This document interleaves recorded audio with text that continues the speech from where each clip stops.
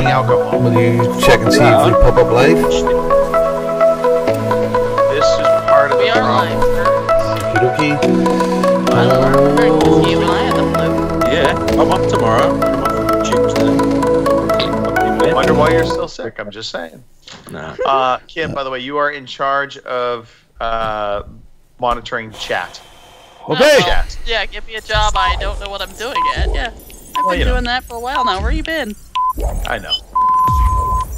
Good evening, ladies and gentlemen. Y'all are listening to the Overseas Connection podcast. Shut up and sit down. Here we go! Would you kindly? I think we're just getting started. Medic! I'm a witcher. I think this is more than you can handle. Sits on his ass all day. Let's do this.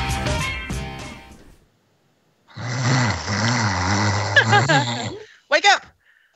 All right, everybody. Hey, thanks for tuning in to episode 567 of your Overseas Connection podcast. Today, February 23rd, 2020. We are a video gaming podcast. We like to think of ourselves as more mature, a little bit more wise, but as you will soon learn, none of that is the case. We are quite the polar opposite, but we love to talk about games. We love to talk about life, so that is what we're going to do for the next hour and a half-ish. I am one of your hosts today, Greg DeLacy, gamertag Murphy's Law, OC Murphy's Law, OC_ Murphy's Law on Twitter. With me today, a lovely cast. We'll start some intros, starting with the bottom right, the healthiest of healthy, Kim Woods. Right? Don't y'all give me your plague or whatever's been going around. I've already had it twice this winter. I don't want it again. So. Yep. Howdy, everyone. Well, Kim, thanks for joining. Also, spinning the decks, looking absolutely stealthy. Robin, what is the show? I need to ask you about your ninja shirt. Oh, hello everybody. This is my t-shirt. Yeah. Show me your disguise, Robin. Ask me about my ninja disguise. Yeah. Yeah. Yeah. This is good. Yeah, I've been training as a ninja for many months now. So.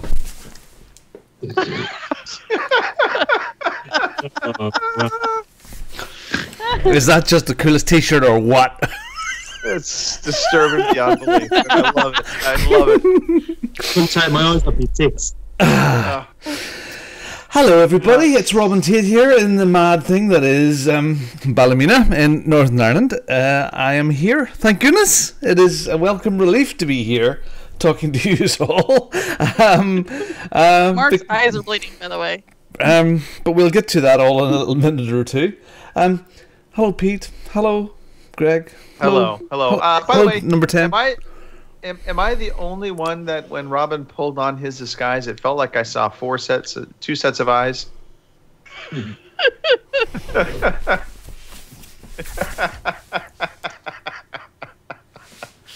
Oh, all right. And last but not least, Wow. joining us this evening, surviving the latest ginger flu is our very own ginger, number 13, Pete Chin. Thanks, Greg. I'm the legit Chinese suffering with flu, and yeah, I'm here. I couldn't miss this week. I was going to be on.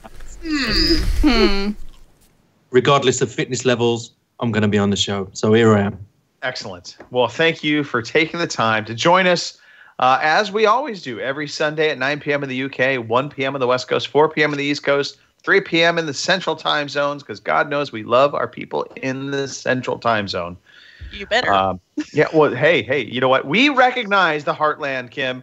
We see the Heartland as important, unlike certain Democratic parties in the United States that don't view the Heartland as being important. We see it as important. All right. I can use my brain for more than just poking a hole in the dirt and putting a seed in it. Damn it. No, Yes, I don't know. you can. I don't know. I really don't know because you hear the sea coming in there. Yeah. That's a bit. Anyway, that's another story. Yes, another story for a different day. Yep. Hey, we are on Twitch, we are on Mixer, we are on YouTube, so you can always view the show live and or recorded, catch the show, watch the show. But also, we will put the audio version out. So in case you just can't be bothered, maybe you're at the gym and you want something to listen to instead of watch, well, we'll give you that option as well. So find us on iTunes, find us on YouTube, or Google, Podbean, any app out there that plays audio podcasts, you should be able to find us. And if you can't find us and you know the app name, let us know. We'll figure a way to get on there. All right. That is it. That's me done. That's the start of the show done. So we don't have any birthdays because nobody at all has gotten older today. This is an amazing day in history. Nobody has been born on today. So from here forward, this will always be the non-born day. I don't know. Anyway, well, come on, Alan, I'm going to give you an ultimatum. You can't have the unborn ultimatum. You really can't. Yep. No, we could. Anyway, hey, story time. Hooray, it's story time. Hooray, it's story time. I'm so glad to be with you today.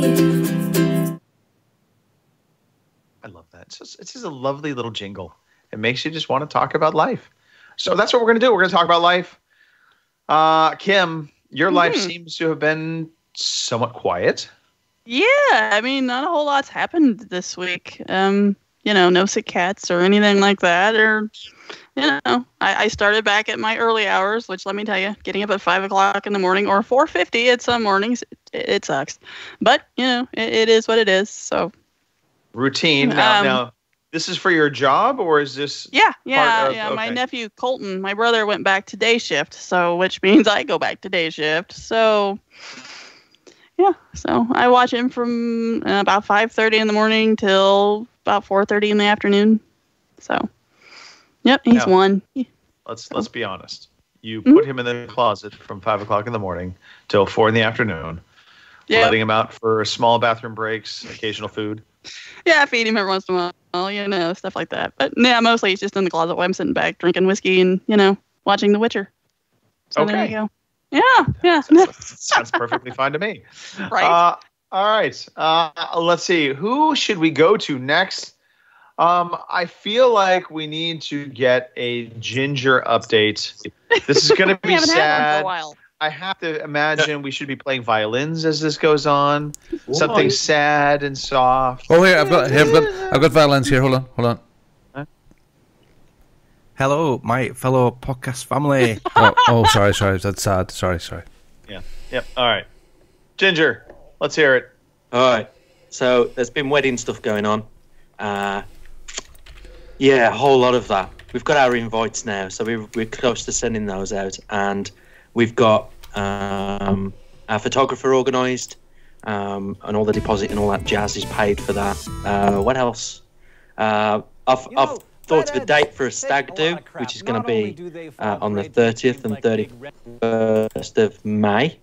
So I've not sent out anything regarding invites as far as that's concerned, but those are the dates that I've got in mind. I was thinking of going to Manchester, maybe going to the arcade club on day one, and then go to Manchester in the evening, and then the next day to go to the Crystal Maze. It's this, I don't know whether have you ever heard of the Crystal Maze over in the States?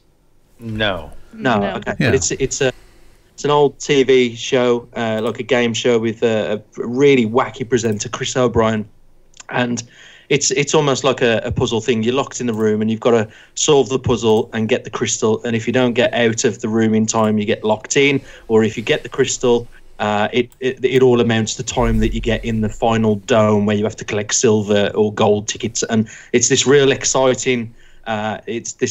Real exciting game that used to be on the TV years ago. So it's going to bring back a lot of nostalgia, I think. To imagine, it had all of the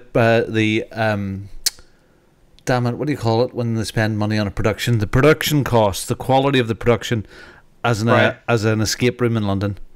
So I was going to say, it sounds very much like an escape room. Yeah, it's that sort of theme. Yeah, yeah. So not a big budget spent on it, but good fun.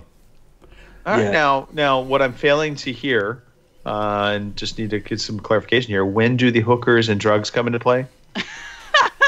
Oh, I haven't fitted those in yet. I can't find any time. I'll think of something. I'll let you.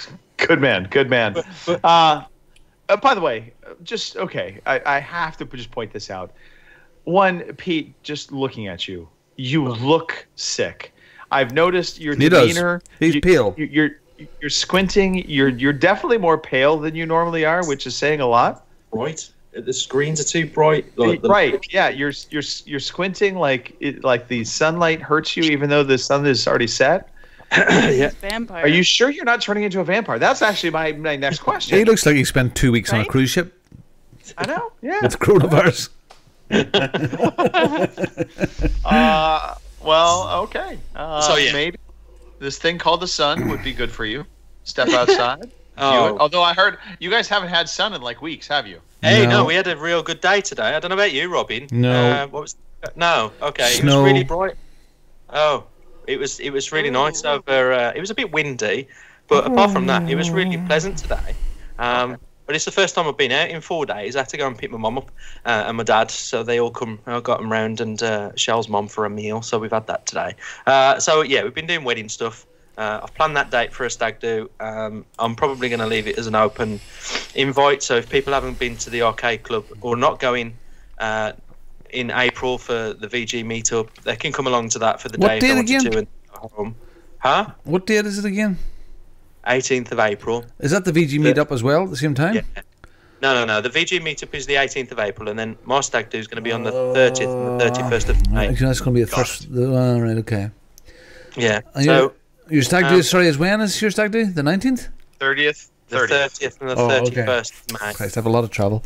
Yeah, Judith and I go to Paris that weekend, so no. Sorry, VG guys. This time. Gotta miss one.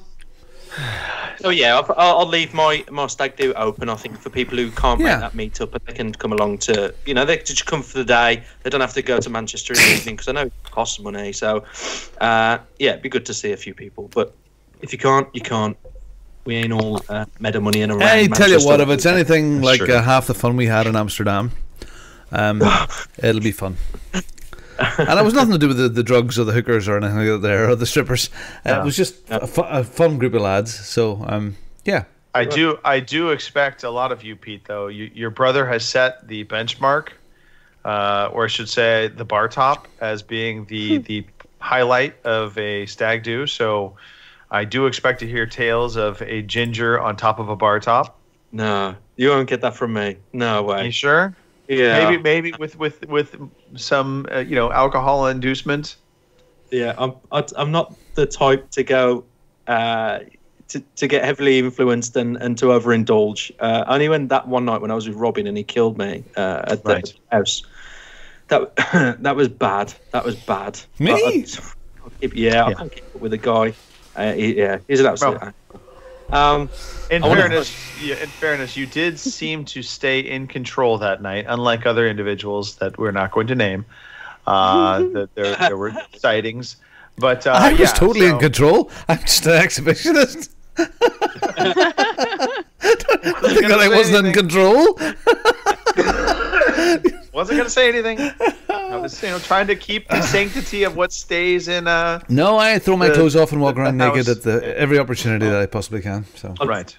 I'll try and wrap up the rest of my few weeks away. But Valentine's Day, I know you spoke about it last week or the week before. I can't remember. But I've got this little red car. It's my little eco car. I only travel by myself to work, and it's a little 1 litre like Citroen C1. I've not got anything flash. I'm not into all that jazz. But what I did for Valentine's Day, I did the inside of it up like into a little love bug. So I put like rose petals all over the dashboard and some like light up hearts and a candle. I've managed to like blue tack that onto the dashboard and put a rose and stuff in there and just like did it all out for when I picked Shell up from work that day. And we ended up going to Cannock Chase, which is like the place where we went on our first date, and we got some food and I got a little picnic thing and we had the little thing in the car. So we just had that moment together. But that was Valentine's Day, and I thought it was really. You are sickeningly cute.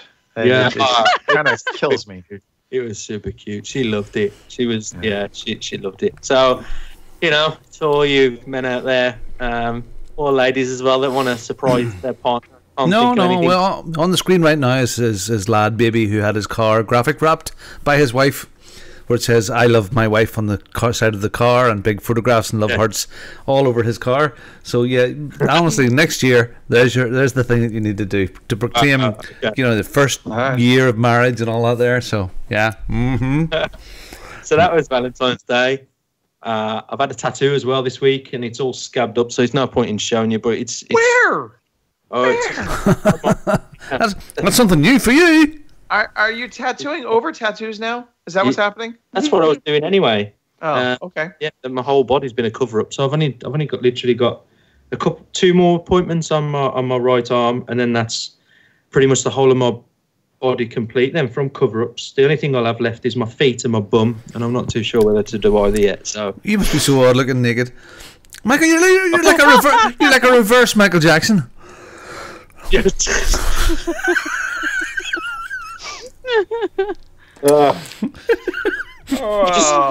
I just look like I got a white pair of shorts on. Yeah. Yes. So it is true.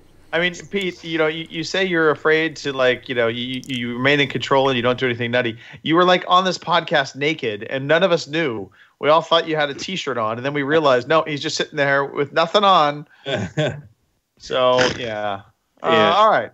Well, how's the man flu?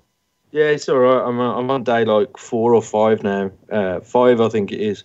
I was bad yesterday and the day before, terrible. And I've booked 4 days off work. So I booked Thursday off, Friday, Monday, Tuesday, and I ain't left the bedroom hardly in those times. And it wasn't through sexy time. It was through being ill.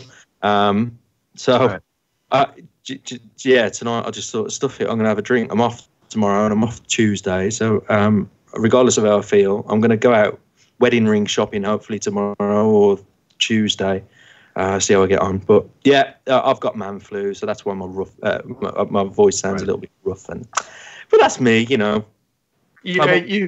sound okay, actually, outside of low energy. There's definite low energy happening, and then hearing that and seeing the visual, it all puts it into perspective. So, man, the flu is no fun. Let's face it. And by the way, very well done on inviting the in-laws over to get more sick. Congratulations on that. Perfect. Everybody loves to have dinner with the person that's got the plague. Yeah. Kill them off. It's cheaper for the wedding, isn't it? I'm just thinking. Absolutely. Are they paying? No, they're not paying. Right? Oh. It's So get rid of them. Let's see. Who should we go to next? Robin. Yeah. Robin. Well. Let's talk about your week. What's been going on? Well, last week was a week. Annus horribilis, is that what the Queen would say? So at the beginning of the week, our little one Jasmine was vomiting and doing everything out of every orifice, and it was horrible. And as the week has progressed, she's decided not to sleep. So I think I've had 4 nights in a trot downstairs with her between sort of 2 and half 4 in the morning. And eyes on stalks and frayed timbers.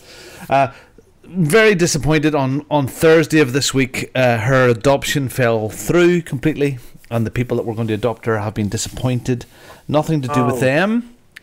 Now, real quickly. So I know I don't want to touch base on something that might be sensitive, but has it actually fallen through, or is it on hold? No, it's on hold. But on the 5th of March, Jasmine, doesn't matter. Jasmine was to go to her new family, and on Friday just Friday past, she was supposed to meet her new family for the very first time, and a thing happened on Thursday with paperwork, solicitors involved, bits and pieces, and stupidness. Lots of cunts got involved, right? Very much. We know. It all fell apart, and the new family couldn't meet her. Right, and it they- fell apart out of absolute stupidity. We won't get into details because we don't want to get anybody in trouble. Yes. But, I mean, if you could think of the most ridiculous thing somebody could do to try and derail an adoption, this was at the top of the list. Yep. Of stupid. So our new family is beautiful and lovely. They're nice people. We have met them, and they're brokenhearted. And it's just, adoption is a fair play to anybody that's going to adopt, because great when they get them, but the process of going through it is pretty much of a nightmare. And it's been a learning process for us as well. So the next time we have one that's going like this, we will be able to pave the way a little bit more to say, look, she's not with you or he's not with you until he's through the door. Yeah, right. Because that's our attitude as far as kids coming into us. You know, you bring them around. Oh yeah, it's not happening. So yeah, so it's been a really tough emotional week for Judith, for that family. Jasmine has no idea, right? But it's been pretty stupid. So okay, but on to happier news. Happier news. I need help, people. We know, actually, that we've been citing this continuously for every podcast that I could think of.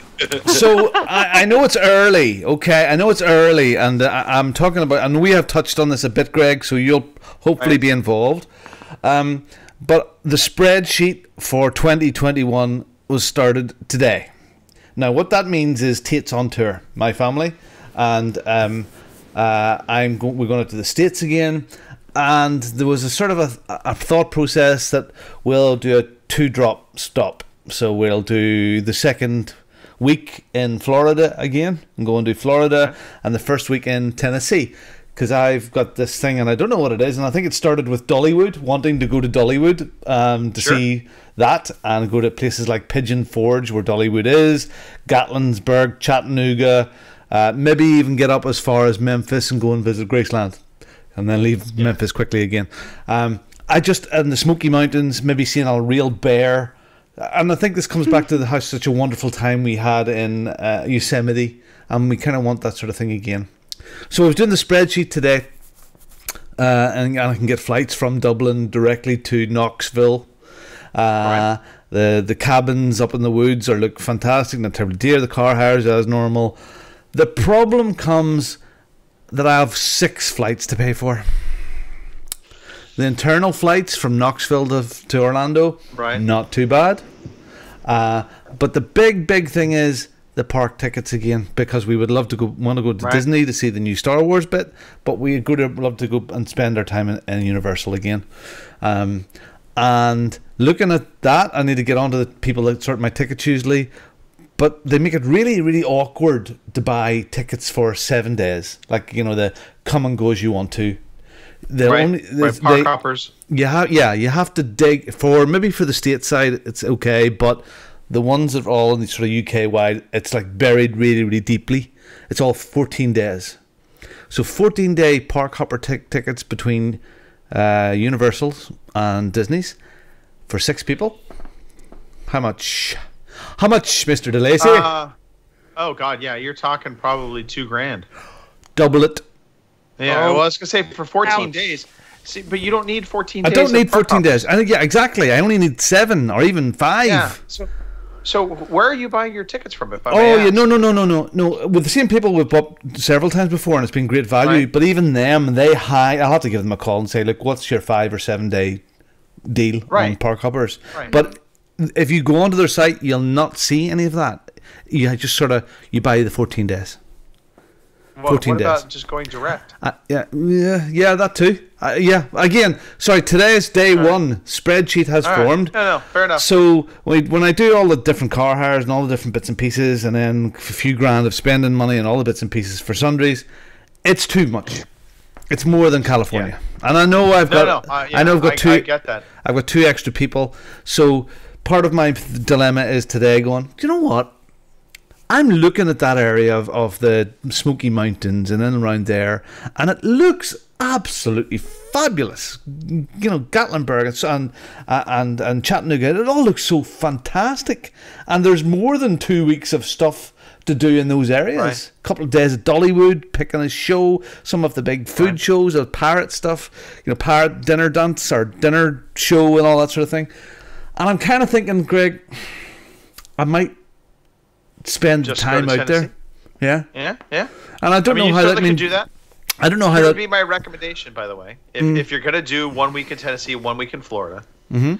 So when you do your week in Florida, just get 2 sets of 2-day park hoppers. maybe. Do 2 days at Disneyland, 2 days Yeah. so Disney World, Yeah. 2 days at Universal, and in between, and make Rest. sure wherever you stay, they've got like a good fun pool Oh area. yeah, like, yeah, we stayed out exactly. at Yeah. So we've done that So before. You know, we've done that before. That's break it fine. up. I'm fine. It's just freaking out at the price of that. But even when I take out that $4,000, it's still expensive. It's still expensive, and my life now is about having really good experiences.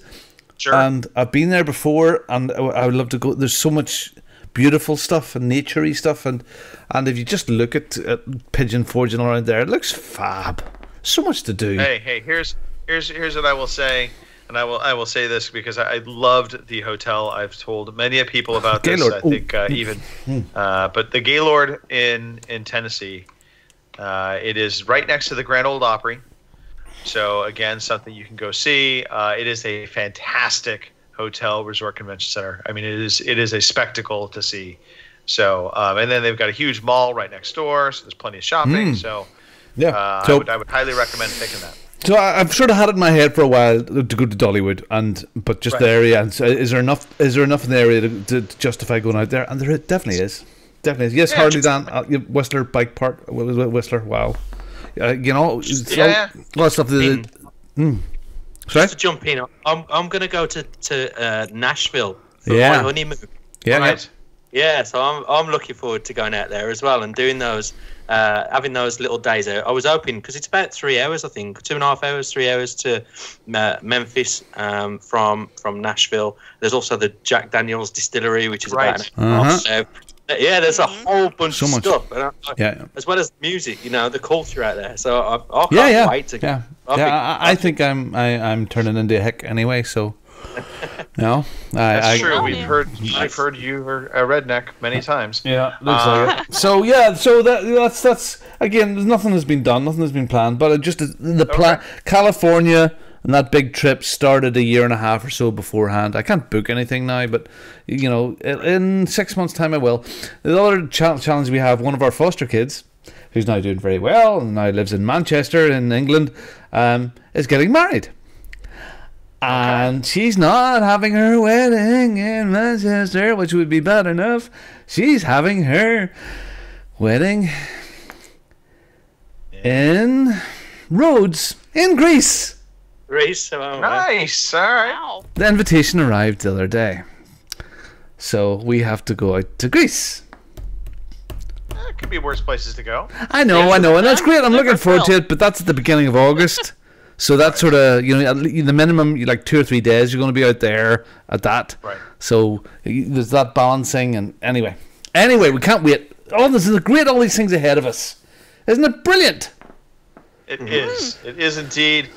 Let's see. Shifting gears to me, unless you have anything else, Rob. No, I don't have anything else, apart from I've been training to be a ninja. No. Wow. I think it's paying off. Jeez. I think you should do the whole podcast with that on. All right. Me, let's see. Getting healthy. So I am finally on the mend. So I had, I will call it the man flu. I will call it just the flu. I won't even say it's the man flu because I literally gave it to my wife and my son. I was patient zero this time. But up until Wednesday this past week, I was just absolutely just feeling crappy. I could not stop coughing, and it just seemed like it would not go away. And I got to the point when I was coughing, I was noticing blood coming up in the mucus. So I was like, okay, I need to kick down and see a doctor. One of the funny things about the States, a lot of our medical facilities now, they don't want to see you. When you have the flu, they say stay away. They set up phone appointments, and they'll prescribe medication over the phone. So that was the catalyst of me actually getting healthy, because my doctor gave me an antibiotic, because it's pretty sure it was beyond just a common flu virus bug. It was something that needed a little bit extra help, and also gave me better cough drops. Basically, these little, they're like they look like honey. I forgot what they're called, but anyway, it helps control the cough. And the moment I started taking them, the very next day, I slept the best I've slept in weeks that night, and the next day I woke up feeling fantastic. So I've gone back to the gym now. I've resumed life as I know it, and about time, slacker. I know. I literally, I took like 2 weeks off from the gym. It was crazy. I could not. I mean, I was just on death's bed every day. Mm-hmm. So yeah. So getting healthy is a good thing. So I'm happy to be part of that group. And then Stranger Things 3, season 3, I finally started watching it. I love this show. It is so good. So really enjoying Stranger Things season 3. If you've never seen Stranger Things before, especially if you are older, if you're a child of the 80s, 90s, this series brings back so many memories because of the music choices they have. They play just fantastic music throughout the entire series, all 3 seasons so far. And season 3 has elevated to a new level of kind of craziness. But yeah, so really enjoying that. Highly recommend. Can I ask a question about how much are your prescriptions in the US? So you get all these drugs. Is this from your insurance, or is this like? It's a lot of money. This was through my insurance, and so I actually have 2 drug stories to talk about. Is that something that you hide, Robin, up the? All right. Anyway, so my drugs, it was $18 for my antibiotics and my cough drops. So that is like a drop in the bucket. That's nothing. Now my mom gets an inhaler because she suffers a little bit from some asthma, and they don't have a good insurance. Well, I say they don't have a good insurance plan. It's kind of a standardized insurance plan, but the asthma inhaler that she gets, they didn't have the generic version for it, so it cost her $70 for just the one inhaler. Now, I don't know if that's expensive or not for inhalers. I think it seems to me it's a little on the high side. That's expensive. But it varies. It varies depending upon the insurance you have. You can get Medicare insurance, and typically speaking, your drugs are going to be a little bit more expensive. And so Medicare is kind of the equivalent of like government-backed health insurance. Does that make sense? Prescriptions are free in Northern Ireland. Are they? Yep. Yeah. Oh, I didn't know that. They did have a charge a few years ago, but about 8 years ago again, they scrapped it again because it was costing more money to collect the prescription and to monitor that than to actually give the stuff away free. Oh, so I'll pay. I'll pay £7 or something. 12 month certificates I've got because I have medication regularly for. I've got colitis, ulcerative colitis. But anyway, I pay £120 a year, and I can have as many prescriptions as I want in a year, and I won't have to pay anything else. Okay. Yeah. Chlamydia is a really tough thing to live with, so I totally understand that. It's all right as long as you don't get it more than 4 times a year. Yeah. After that, that's what she said. Yeah. So that's a really good thing, and there's really positive things about the NHS as well, but there are really, really bad things about the NHS too. So my father-in-law needs an operation, now because of something with a peeing problem, and the NHS are going to say it's like 18 months. So he's going, private, 2 weeks. So that is, you say, NHS is brilliant. NHS is fantastic, but there are times there's always trade-offs. There really are. There's always going to be trade-offs. Yeah. I would hate to be without it, but I would be happy to pay for my own super duper insurance, and that's wrong because I could afford. I do. We have private here as well, but maybe knobs like me that can pay a bit more. Is it wrong that? God, I'm getting political here. Is it wrong? Is it wrong that I would get my treatment faster because I've got a bit more money? Yeah, maybe. But maybe it would free up then National Health Service. You know, I don't know. It's a really it's like chicken and egg. What do you do? I don't know. Yeah. I don't know. You know, I mean, the interesting thing is, it's kind of funny. I mean, in terms of like our medical insurance. So for me, you know, I have insurance through my work. I never pay anything outside of like my prescription I paid for when I picked it up, but my insurance payments I never feel because they're taken out pre-tax with my check. And then it's also a bit like the UK. Yeah. So we have this thing called over here called, sorry, this is not video games, but it's chat, and hopefully you enjoy a chat. We have this thing called it's a National Health Service, or sorry, National Health. What's it called again? Pete, your contributions. No, what is it called? National insurance. National insurance, and that's taken out at your salary. So the more salary you earn, the bigger that gets and stuff like that there, and that allegedly goes to the National Health Service. So we are paying for our National Health Service, right? But it's you'd say it's like a stealth thing. Right, you know? right. You never feel it. Never feel it. It's annoying when you see it there, and the more you earn, the more you like my big thing there a month or so ago. You know, there's a big chunk of that. But what the hell? That's all right. Right. But sorry, Jason. I know it's a video game podcast. I'm sorry, but you know what? We have transcended video games. This is Friends. We'll get to the video games. I'm sorry. You know, we're having a chit chat. We're going to transition to games. Yeah, we are. So there you go. Yeah. Today I feel like playing computer games. Today I feel like playing computer games. All right, so let's talk video games. Thank you to the chat for bringing us back around to talk about games. Kim, in fact, while we are on this topic, let's give a shout out to those in the chat, and then maybe we can talk about also the free games. Oh, double duty. Oh boy, it's really stressing me out here. Our shatters so far has been Marcanix, Hardly Dan, Scott Stubby, and Teflon 12. So there you are with that. And your free games for the month. We have games with gold for this month are TT Isle of Man, now to the end of the month, Call of Cthulhu, now through March 15th, and Star Wars Battlefront, now through the 29th. So, you know, go get those. Your PS Plus games for the month are BioShock, The Collection, The Sims 4, and Firewall Zero Hour, which is a VR game. So, if you're into that, go for it. Twitch Prime games for the month are Narcos, Rise of the Cartels, American Fugitive. I think those two things should be together, but what do I know? Desert Child, Steriden, White Knight. Then Stadia Pro, we have Metro Exodus and Guilt. Stadia Pro, the best value in video gaming.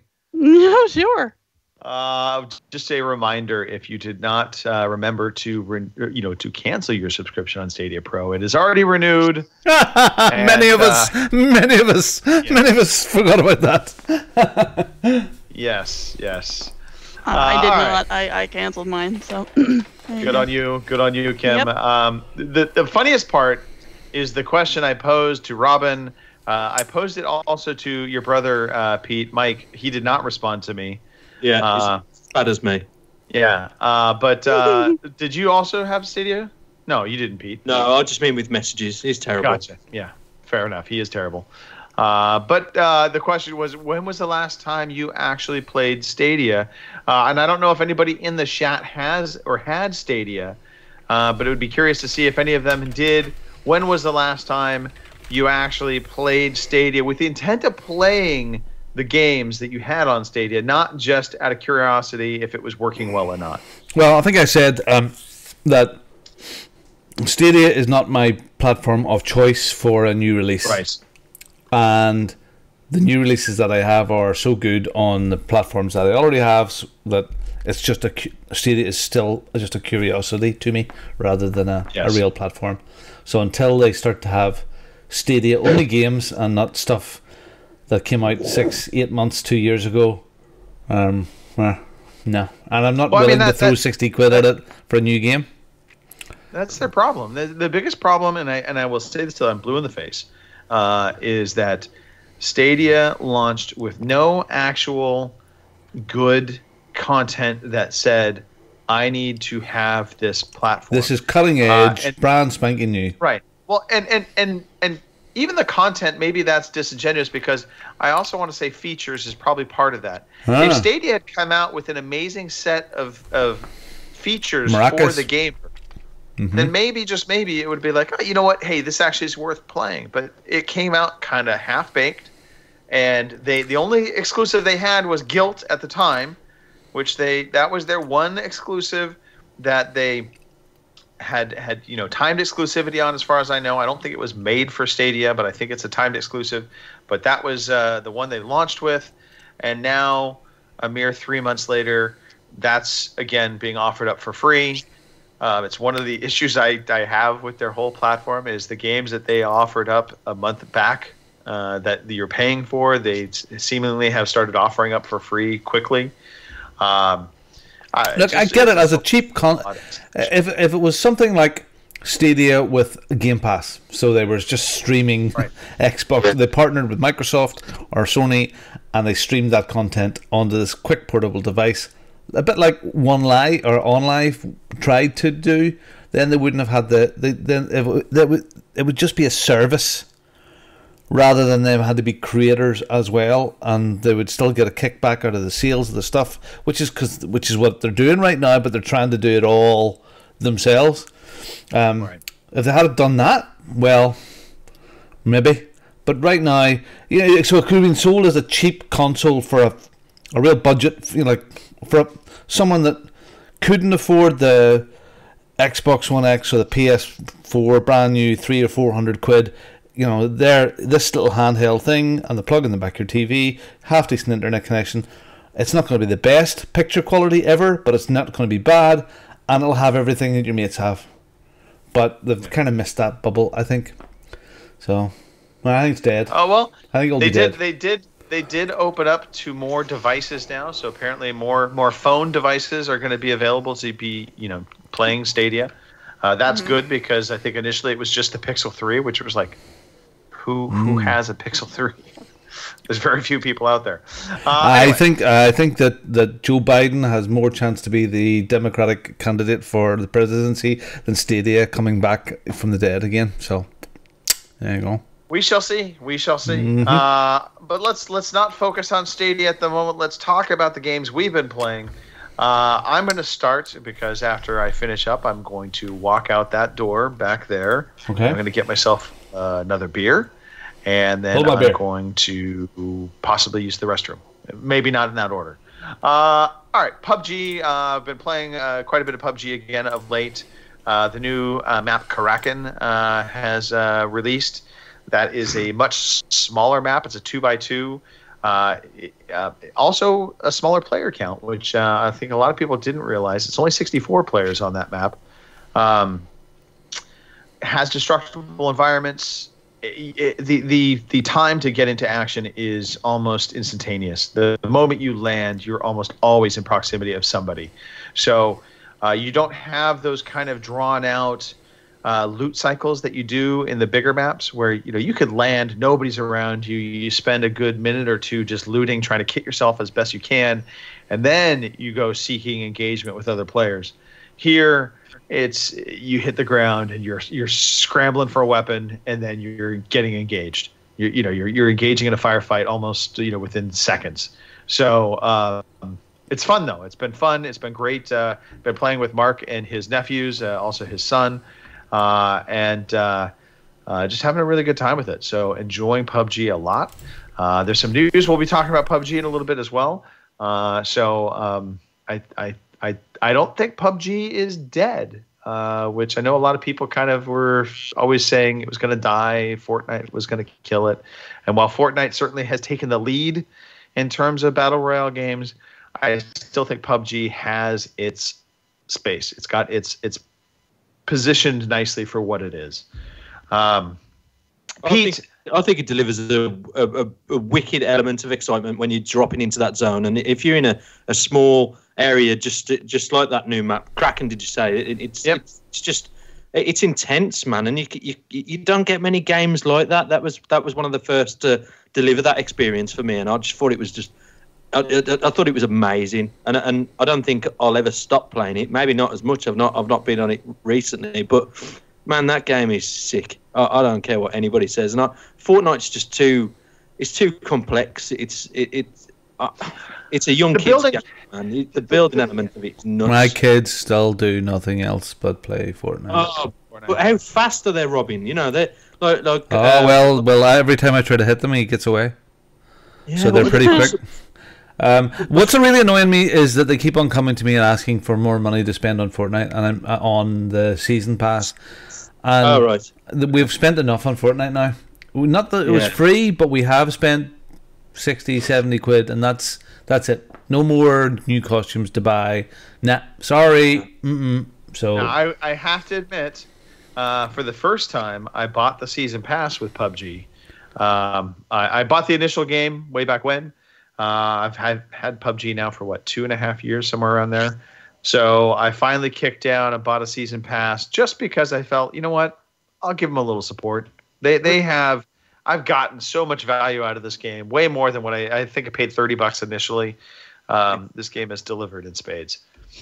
Yeah, so you think about Call of Duty, you're thinking £60 for that. You probably play. I don't know, you play for 3 or 4 months solid, and then after that, you don't spend a penny on it. But you've probably spent less and got more value out of playing PUBG than you had, or you would do playing Call of Duty.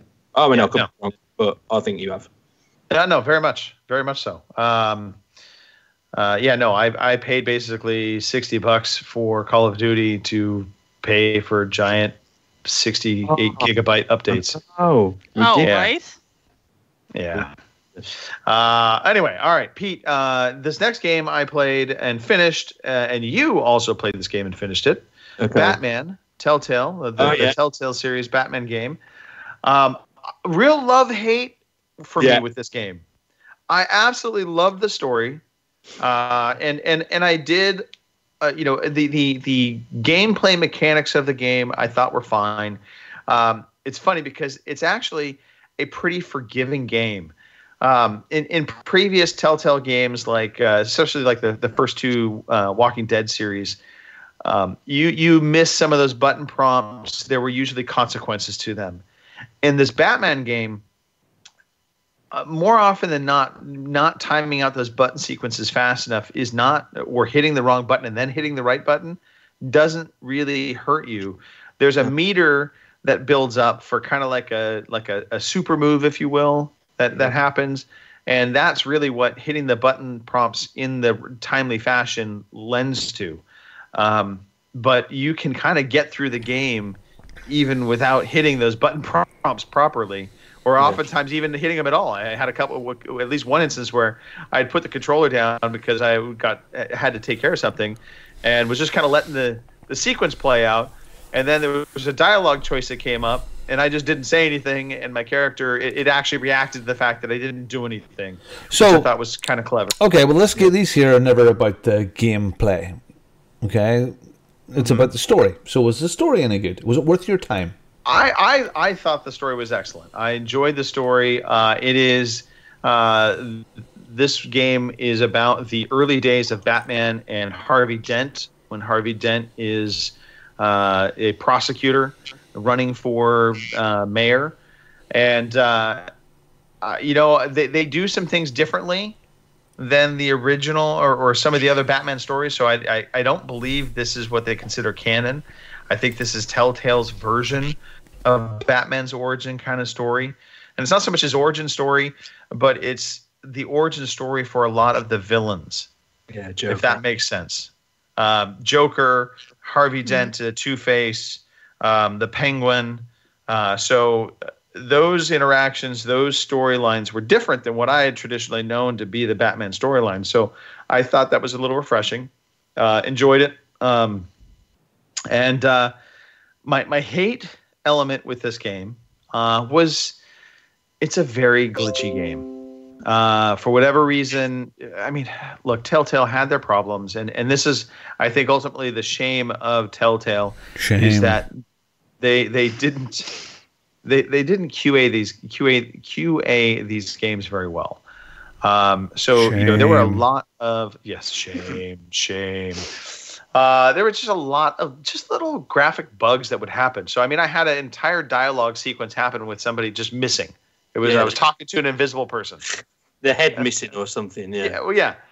I had a situation of every time I saw Captain Gordon, he would always be smoking a lot. And the cigarette smoke, instead of looking wistfully smoky, was just this giant block of white that would just be popping around. Oh, he wasn't smoking; he was vaping. That's what it was. Yeah. No, that's exactly vaping. Yeah, so it was annoying because it would fill the screen at times. It wasn't just like a small amount of it. It was just everything. And I was just like, bloody hell. Yeah. It's like driving behind somebody that's vaping. It's like the Chattanooga chew, big when they puff out the window. It's like this massive, oversized cloud. They're compensating for something. What is that about? Exactly. But so that was my one real complaint. Is it is glitchy. Nothing game breaking, mind you. So there was nothing ever that like broke the game to where I couldn't complete it. So my recommendation is play the game. It's free. The story is good. It's on Game Pass. It's been given away free as well, I think, prior to that. So you likely, if you have PS Plus or you have Xbox Live, you may have gotten this game already. If you haven't played it, play it. The story is good. I thoroughly enjoyed that aspect of it. And the glitchiness is not enough to stop you from playing the game, from finishing the game. It's one of those things where once you see it, it's annoying. And it comes in sporadically. And it seemed like to me the first 2 chapters were actually pretty good. And then 3 through 5 were actually more glitchy. Yeah. Like I noticed more graphical issues happening in those chapters. You're describing my life here, Greg. Yeah. First couple of chapters, brilliant. Yeah, no, just a bit glitchy. This is where you jumped onto me, Greg, when I was talking about this game, and I think I played a lot more than you at this point. And when I was talking about it before, and I think you'd only got through the first chapter, and you was really engaged into the story, and I just felt like it wasn't interactive enough for me as someone playing it. And when I got to the 3rd, 4th chapter, I was doing that exactly in the dialogue. I was leaving it. I was getting complacent. Oh, see, I loved the dialogue choices in this game. Yeah. I stayed engaged the entire way through. So I still say you were wrong. I still say the gameplay is perfectly fine. It's enjoyable. But ultimately, there are graphical glitches that will take you out of the game from time to time. Did it ever lock up? Did you ever have to restart the game? Oh, after that, never. Twice. Well, I reckon then, okay, we're at 1 each. So somebody else needs to play this out of our little community and give us your comments on it. I played it. You played it as well? Yeah, when it first came out. Yeah. Okay. So I love the Telltale stuff, so yeah, it was all right. It's clunky like a Telltale game, so that's all right. You don't play it expecting this polished thing, so it's all right. You get an easy 1,000 gamer score from it. You don't have to really work hard at it. That's true. I don't know. I like to work for my gamer points. Wow. Yeah, I like to stick the difficult. You're a man. You're a real man. You know what I worked, and I worked it hard. Yeah. Was Catwoman. Catwoman, baby. Oh yeah. Chicka chicka bow bow. All right. Everybody's percentage was high around that point. Did you notice? Oh yeah. There were a couple.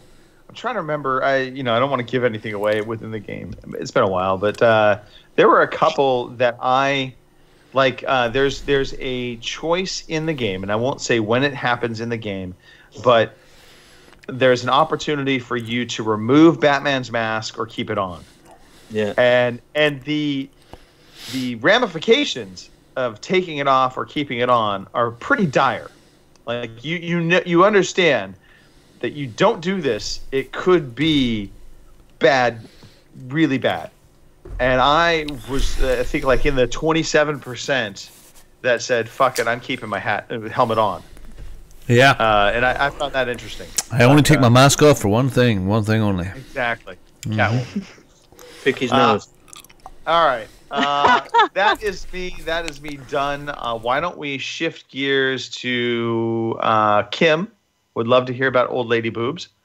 And on that note, I'm going to actually, well, I'll stay for the old lady boobs, and then I'll probably bounce out real quickly to, Yep. All right. fill the coronavirus. There you go. Still playing The Witcher 3. I finally made it to Skellig, we all know, and I went to Hindersfjall because I'm continuing chasing after Ciri and all that. And anyway, it shifted perspective from Geralt to Ciri in this one little deal, and they took her to a sauna, which was no big deal, but I kid you not, they took her to the sauna, and there was this woman and her daughter there, completely buck-ass naked. Huh. I'm like, holy shit. And I mean, this woman is not like a young woman at all. I mean, she's probably 60 years old. And think about it back in those days. Wow, yeah. You know, wow. Holy moly. That reminds me. Sorry, I'm going to interrupt you there. Yesterday we were out at this beautiful beach, Port Stewart Strand. You were up near there, Greg, with me. And we went to this place called Harry's Shack, restaurant on the edge of this 7-mile long beach. Yesterday it was stormy, like really, really windy. There was intermittent snow and hail falling. So we were sitting in the window, big log fire beside us from this restaurant, having a beautiful meal. You've seen some of the photographs. And I look up, and there's this large gentleman in Speedos and a large woman in a bikini running down the beach into the frigging sea. They get to the sea, the man gets to about his knees and dives in. And the woman, she gets up to just below her substantial, one of her boobs is the size of you, Kim. Into those seawater, and it's snowing. And what are these people like? I don't understand. Anyway, I digress. Sounds like they were doing a polar bear swim. It put me off my fish pie. Yeah, I can imagine that. We also like to consider those giant boobs floaties. It's a flotation device. Okay. Yes. Exactly. There you go. Anyway, Kim, carry on. Yeah. So, here was this, 60-year-old woman with her tatas hanging out. And here I am as Ciri with a towel on thinking, well, it's a sauna. Normally people wear a towel in the sauna, at least where I'm from. So, and they're like, apparently you're a bit shy because you're wearing a towel. And I'm thinking, okay, no, but all right, So that was interesting. So anyway, I'm continuing on with The Witcher. I killed my first werewolf the other day. That was entertaining, to say the least. Real quickly, with regards to Ciri, because I remember this moment when they switched over to Ciri. Two things really bothered me about that moment. One, the combat mechanics of Ciri were very different from Geralt.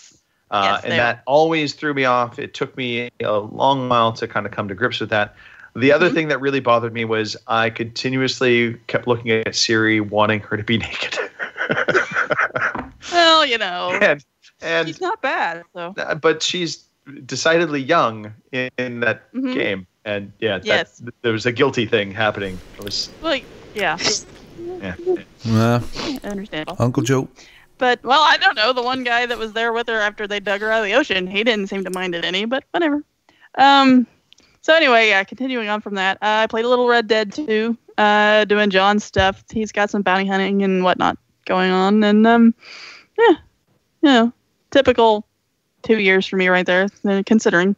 So I played Red Dead, and I'm still playing Red Dead. So. You having a ball with it? So what? Who cares? There's no right or wrong. Right? There is no right or wrong with video games. You just go out and do it. Just unless you're playing. Exactly. Should I shower with my dad? I mean, apart from that. So yeah, other than that's it for me. Witcher and Red Dead. But have you finished? Sorry, have you finished the main quest of Witcher now? Haven't you? No, I'm still chasing after Ciri, but because I am working it towards just doing the main quest. Sorry, Red Dead. Sorry, Red Dead. I meant to say Red Dead. Yes, yeah. Yeah, I finished the main one for Red Dead, but like I said, they've added some bounty hunting and stuff like that for John, so I've been going back and doing that. And you still need to open that bottom part of the map where Blackwater and all that is, and I haven't done that yet either. So, and Anthony bugs me. He still loves Red Dead, so he likes it. How many hours have you put into the game, Kim? How many hours have you put into Red Dead now? Oh shoot, I don't know. I think at last check it was over 200. So. Really? Wow. Oh, that's nothing for me because when I played Dragon Age Inquisitions, I think I put over 300 hours in it. So. Really? Yep. I mean, I squeezed just about everything out of that game. So. Yeah. it's nice to see that you're getting all of that enjoyment still out of that game. Now. I've not played The Witcher, but I've heard that's a long game as well. Oh, Actually, yeah, I have a feeling. That's a thing that we need to talk about as well. The tweet that you put out about asking for the list of games, what to play in that top 10. I think you'd mention that today because that was amazing how much interaction that got. And a very, very, very good list. So. Yeah. Anyway, what have you been up to then, Pete? What have you been playing? Well, the first thing that I played, Mark sent me The Last of Us. I've never played that before. I'm going through. It's probably a nostalgic time for some people, but I'm going to be playing some old games. Okay. Well, this is really interesting because I have just recently completed it as well, Pete. I never completed the game. And I still haven't. Oh, really? So this is really fresh. I mean, literally in the last 2 months is when I finished it. I thought this old hat. I thought everybody had completed this game. No. So how'd you get on? No. Nope. I really enjoyed it. I thought it was a great game. I didn't know anything about it. I hadn't watched any trailers about The Last of Us, so I just didn't have a clue. I didn't know it was. I didn't know it was zombie driven, and I just didn't know a single thing about it. I played the start of the. I can spoil some of it. Yeah, of course you can now. Of course you can. The start of the game, you see a father and daughter, and they're having this conversation on the settee. The father gets back home from work, and the daughter got the father a watch for his birthday, which he completely forgot about. He didn't know it was his birthday. I don't think by the look of how he was. And during that intro, he actually loses his daughter, and that just because I looked at the front cover, which is here. Look, I got Mark's CD. I thought that it would be the man and his daughter. So when I started playing the game and his daughter had died, I was just completely buckled. I was like, "Oh my life! I can't believe that happened." I don't like stealth games. I really don't like them. And I felt like you had to be stealth in a lot of this. There's tickers. Those tickers. Yeah. Clickers or tickers? Tickers, whatever. Clickers, lad. Clickers. And they'll walk around making this funny little clicking noise and shaking their heads and walking around very, very close to you. And the AI in the game, if you can't stand around for long. It designs it in a way where they start heading towards you anyway by default. So you've not got much time to think. And what I did, I started the game on the one up from normal difficulty, whether that be hard or whatever. But I always like a challenge when I play these type of games. 18 plus got a bit of a scare factor, and I ramped it up to hard or whatever it was, and. By God, I died so many times. So many times. I mean, if somebody said that it takes 10, 20 hours, 15 hours to complete this campaign, I must have trebled that because I was going through some pain, some real pain. And I do like that. That's like me and Halo and Gears. I like that, up that hard this. But I actually, when I went back to this again, I played it on easy, and I thoroughly. Yeah. It was still a challenge here and there, but it wasn't annoying, and I enjoyed the story because that's what this is all about. The gameplay is pretty good, but the story is the thing. I felt like Last of Us had some unusually painful spikes in difficulty, and it was not usually the clickers. I usually found the painful spikes in difficulty coming around with the human AI. So as Pete dies here, sorry. No, it's totally okay. I get it. I'm glad. I appreciate you muting. That's lovely of you to do that. The one thing I loved about The Last of Us, though, in terms of the story, it's a story about monsters, but the monsters are not so much the clickers. It's other humans. It's the interaction with humanity, and this is. Probably every zombie movie game you see out there of late, it's dealing more about how evil and brutal humans become. Yeah. in the face of those kind of situations. So, yeah, and Last of Us, and I was trying to say this, and I was muted. I didn't realize it, but that intro was probably one of the best intros to a game ever. I loved the intro to The Last of Us. I thought it was fantastic.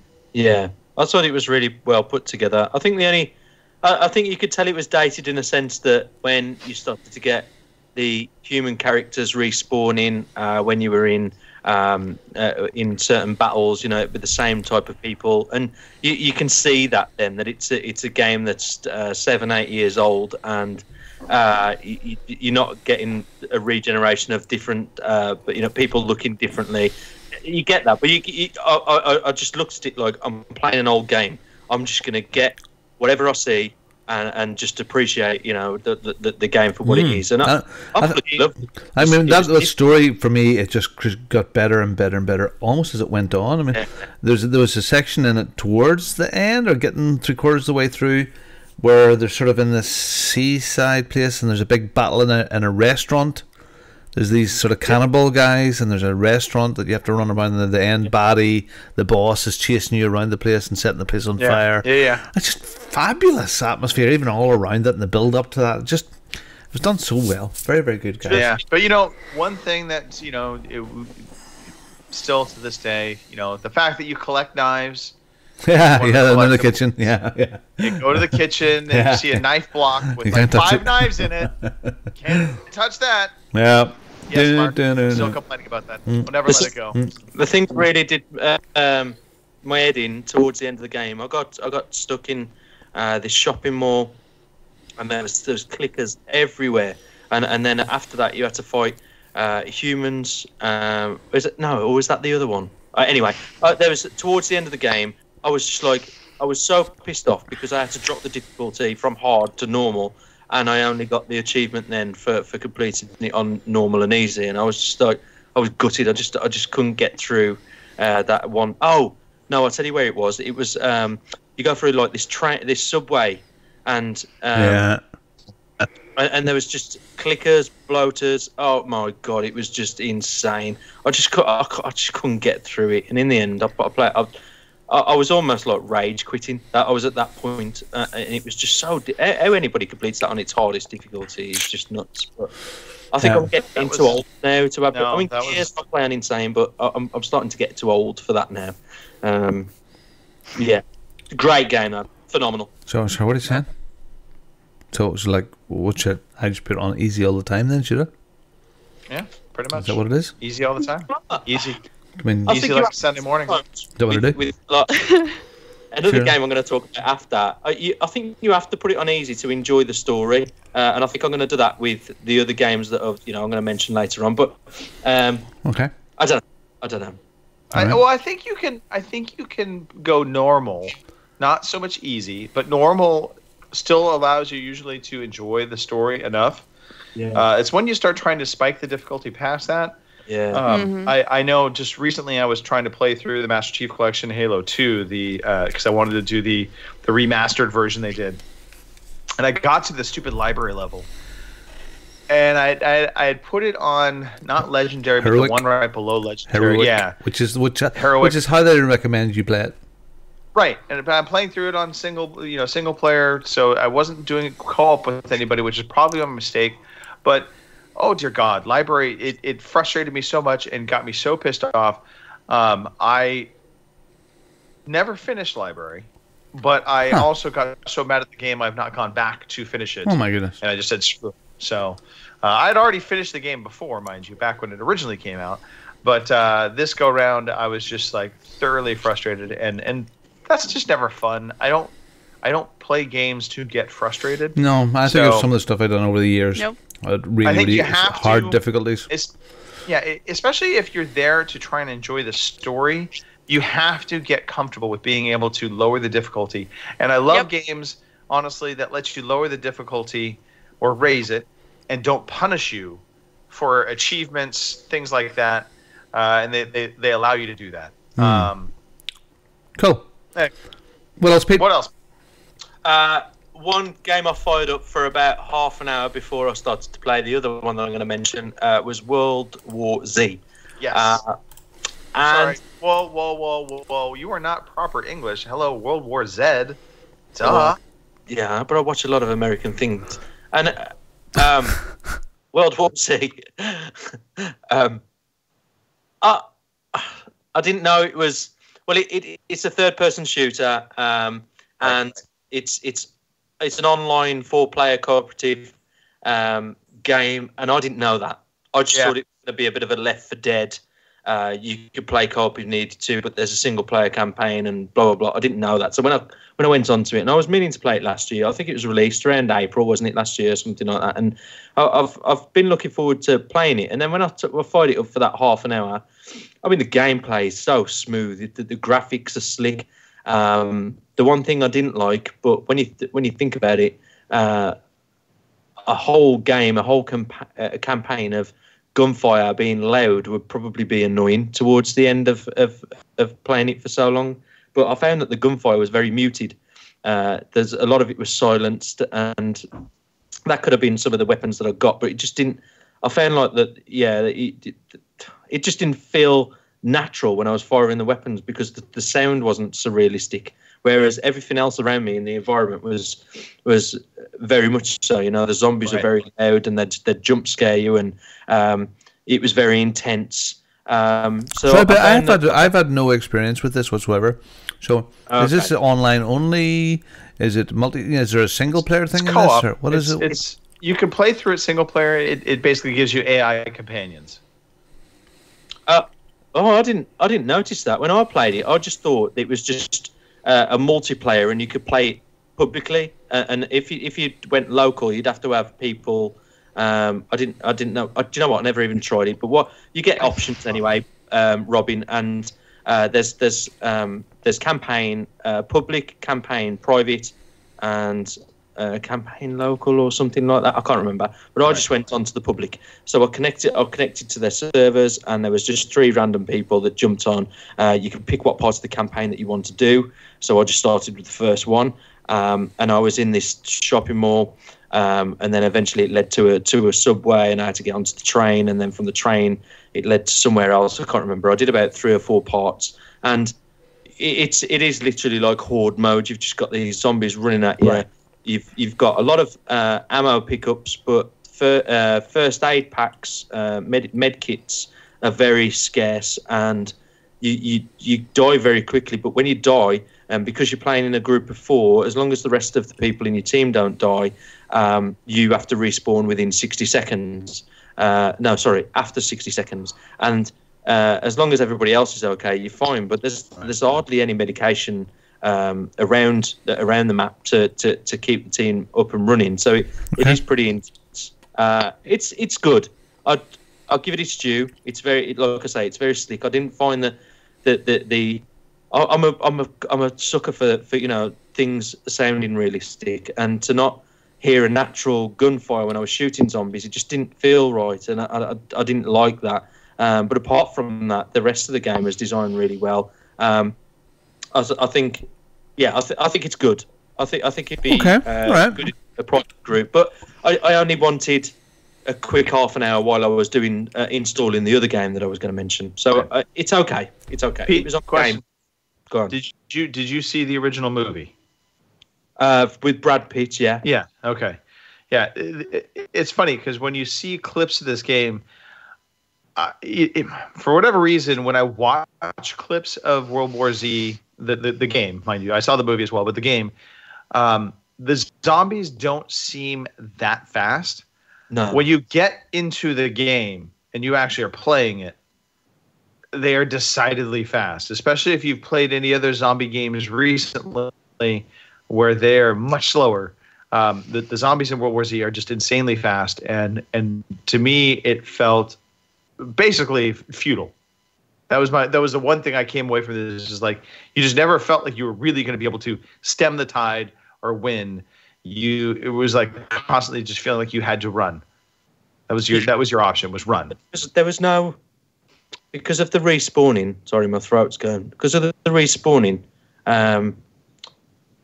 When you compare it to Last of Us, when you're struggling in Last of Us, you can run, you can get out of places, and Right. you move through the campaign and move on without having to kill anyone. Like I was in this basement and there was a bloater and a few clickers and stuff, and I went through this door having to run through all of this underground basement, and I got to the door and I could continue the campaign, and it didn't matter whether I killed them or not. Whereas with this, I felt like you have to go through and kill them all before you can move on anywhere, and it kind of felt unnatural. And because of the respawn element, it didn't feel like I was immersed into the game as much as I was with The Last of Us. So it didn't give that realistic element. And probably with Resident Evil as well, when you get with that, you can move on, you can run away from people as long as you do it.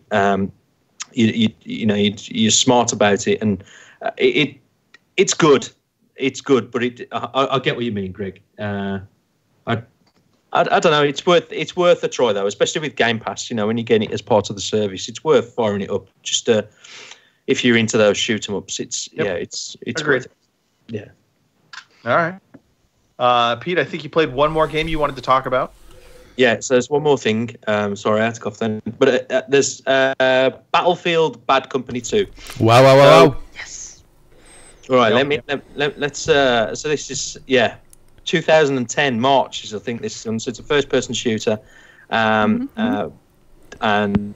is it published by EA? I think, isn't it? And I sent out this tweet right when he was talking the other week. I don't know whether it was last week or the week before about all these games that had come out 10 years ago.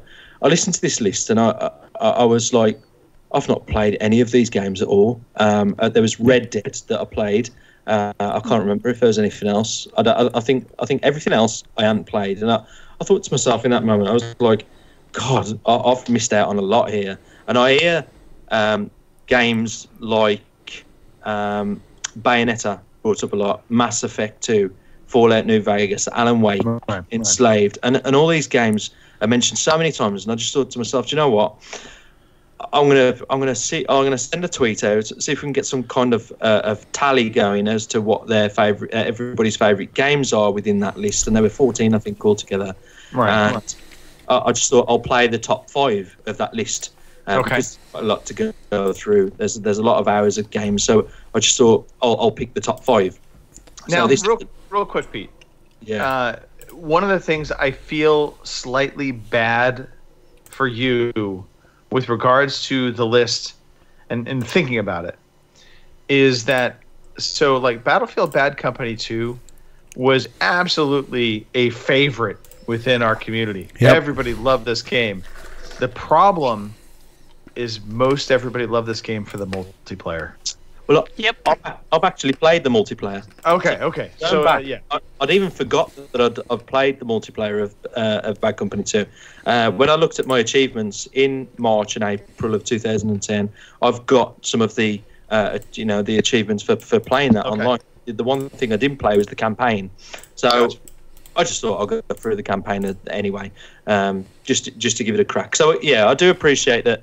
Some people have probably got different experiences from some of these games, but the top 5 that I got from the response from Twitter, and there was a huge response on that tweet. I didn't expect the response that that I got, and I'm really grateful for that. And I think I'll try and do something more like that in future with other games that I've not played over the past 10 years, and see if I can start getting some little following going that way. But the 5 games that I found so far that seem to be favourable were Mass Effect 2, Enslaved, so that's to the west. Yeah. Fallout New Vegas, Battlefield Bad Company 2, and Alan Wake. They were the ones that got the most response. So what I did the other day was I signed up to the EA Access for 12 months. I got it off CD Keys, which is about 18 quid. Which gives you Battlefield Bad Company, also Mass Effect 1 and 2. So I'm going to play Mass Effect 1 as well, because I've been told that I really need to play that. Yeah, it's okay. It is brilliant in its own, but you gotta wait until you get to the Citadel, which is doesn't mean anything to you now, but it's a couple of hours into the game, and then it starts to really open up. That's bad to say that about a game, but it is more old-fashioned PC RPG-ish. It's still once you get past the boring bit at the beginning, it turns into a fabulous, deep story. But Mass Effect 2... That's apparently where I went wrong. I never got past the 2 hours with the boring. Yeah. So it does get really good. But Mass Effect 2 is friggin' awesome on gameplay level. It gets a bit lighter in the RPG stuff. It's still in depth, but fantastic. I mean, out of your fantastic list, Pete, I commend you. It's a brilliant list. Yeah. Those things like the ones you've mentioned, Alan Wake, Mass Effect 2, Halo Reach. There are the ones that are there which are really acquired tastes, like Deadly Premonition, which has a really big fan base within our community, but it is not everybody's cup of crap. In my mind, it's crap. I'm sorry. People think it's the best thing ever, and they will argue that point, and they think it's fabulous, but no. Darksiders itself is one. Dante's Inferno would be another one. Darksiders. But there are some fantastic gems in there, and out of those I would really... Alan Wake, of course, yes. Enslaved Odyssey to the West is brilliant. Really, really good story, and great gameplay. Bioshock 2 is a good game. Did you play the first one? No. Play the first one. Well, play the first one. Don't play it. Yes, this is good, but play the first one. The first one still holds up. Play Bioshock. Yeah. So I think I thought to myself, I missed out on all of these games, and I've heard so many people talk about them. So that was my idea. I just thought... I would say a game that has influenced... Two games maybe that have influenced more games out there than any other would be Bioshock. Has had its touch and feel on so many games out there, and Mass Effect, definitely. Right. That's had their feel. You can feel the essence of those games through so many others. So brilliant, really good idea. So what I'm doing as well is I'm firing up OBS, and instead of streaming it all on the overseas connection channel, I've just got my replay buffer going, and any exciting moments in the game, or any times when I jump scare, or but anything that's just above the normal, I'll just keep on saving those little clips, and then I'll just put a montage together of all of these different games that I've played. So I'll probably do that over time. Yeah. So I don't. I'm just going to go with the flow. Okay, so cool. I played Battlefield Bad Company 2. I'm halfway through the campaign. I did it. I think it's only about 8-9 hours long, the campaign. I've done half of it already, looking at the missions list, and I did that in a pretty much a morning. So I'll probably finish the rest off maybe tomorrow or the day after. So that's one of them out the way. With having EA access, I'll have I'll pretty much have 2 or 3 of those on that list, and Fallout New Vegas is on Game Pass, so I've only actually got to buy Enslaved and Alan Wake, which I'm sure I'll be able to pick up at next to nothing anyway. So I think the services that we've already got provide those great games anyway to us. So I'll watch this space. I might start working through the years, pick some more. Real quick, Pete, for Battlefield Bad Company 2, one of the things you absolutely must do, go onto YouTube and look up promo trailers for Battlefield Bad Company 2. When this game first came out, there were a series of commercials they released. They were more like YouTube commercials. Yeah. Hysterically funny. A couple, like one was poking fun at like Snake from Metal Gear Solid, because that was also coming out at the time, and they were kind of feeling like a rivalry. But those promo commercials to me had such great humor in them. And really sold me on the game. Okay, look, I'm going to quickly rattle through my games because we are running very long today. So, okay. Not that I'm telling us off, but I'm telling us off. Yeah, you are. You're telling us off. I want to talk about Untitled Goose Game. Okay, so Untitled Goose Game is a hipster game, and I don't really understand why it has so much plaudits. I have played it for not very long. I've played the first level. I will go back to it and give it more of a chance. But hipsters love this game. The premise: you are a goose. You annoy people, and you have a task list. For example, the first level, you have to gather all the bits and pieces onto collect things to go onto a picnic blanket, like a carrot from the garden where the gardener is, and if he catches you, he chases you away and then brings his stuff back. You have to try and wet him somehow or another. So you either wet him with a hose or bring him into a pond. You have to steal his radio. When as soon as you pick it up, it goes off. So he's chasing you around. And you can quack and you can flap your wings. But you're a goose. Okay? Goose. You're a goose. Okay. I'm sure it's fine. I'm sure it's really good. I was hoping for unfinished Swan quality of gaming, but no. This is a hipster game. This is a more polished goat simulator. I'm sorry, it is. I'm sure it's great. It's a puzzle game, but nah, it's not for me. Well, no. it was a phone game to begin with, so I think that's also something you need to consider. This started off, I believe, as an iOS game, so yeah, it's cute. A simple, it's cute, 4 and to it's 5 nice. hour experience. Yeah. Now, what I do want to talk about is this monster, which is my friend Pedro. This is the most fun you can have with a banana, with or without friends. It is freaking awesome. This is a shooter. It's a 2D left to right shooter. It has lots of familiarities with the Matrix and Shadow Complex, and even the one with the little shooter, with like the cartoony one that came out and everybody applauded. It's like the old 1930s cartoon. Cuphead. Towards the end, it gets like Cuphead levels. I finished this completely this morning. The gameplay is solid as a rock. It's fun. It has humor. It gives you a bit of a laugh to it as well. Some of the types of gameplay, I was on a skateboard. You skateboard through and kick the bad guys through it and spin around. Lots of different varieties of weapon. It's fast moving. The individual levels are only a couple of minutes long each, and it's just brilliant. It's tongue in cheek in places, and it's excellent. I thoroughly recommend My Friend Pedro. Really, really, really good, fun game, and it's on Game Pass as well. So, you just haven't went near this yet, no? Nope, no. Haven't tried it yet. Please do so. Need to. I need to. Yeah. You'll love it. The gameplay's cool. Anyway, so all right. That's what we've all been playing. Yes, talked about the video games.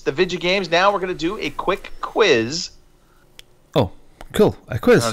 There's a button that says quiz. Let's press it. All right, now everybody get settled.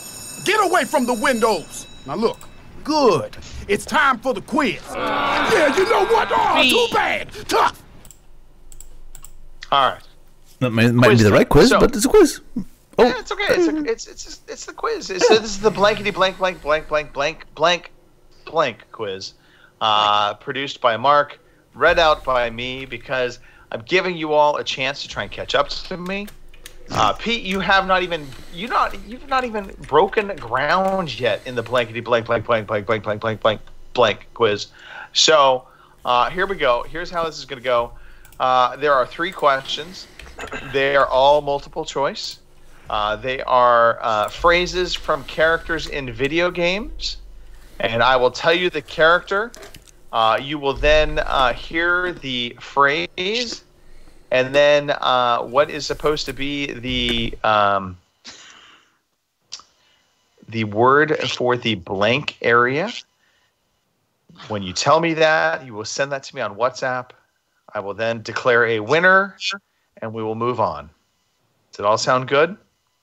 Sounds good. Yeah? Nod your head, class. Thank you. All right, here we go. Robin, you are a cunt. Yes, I know. All right. That was just a test.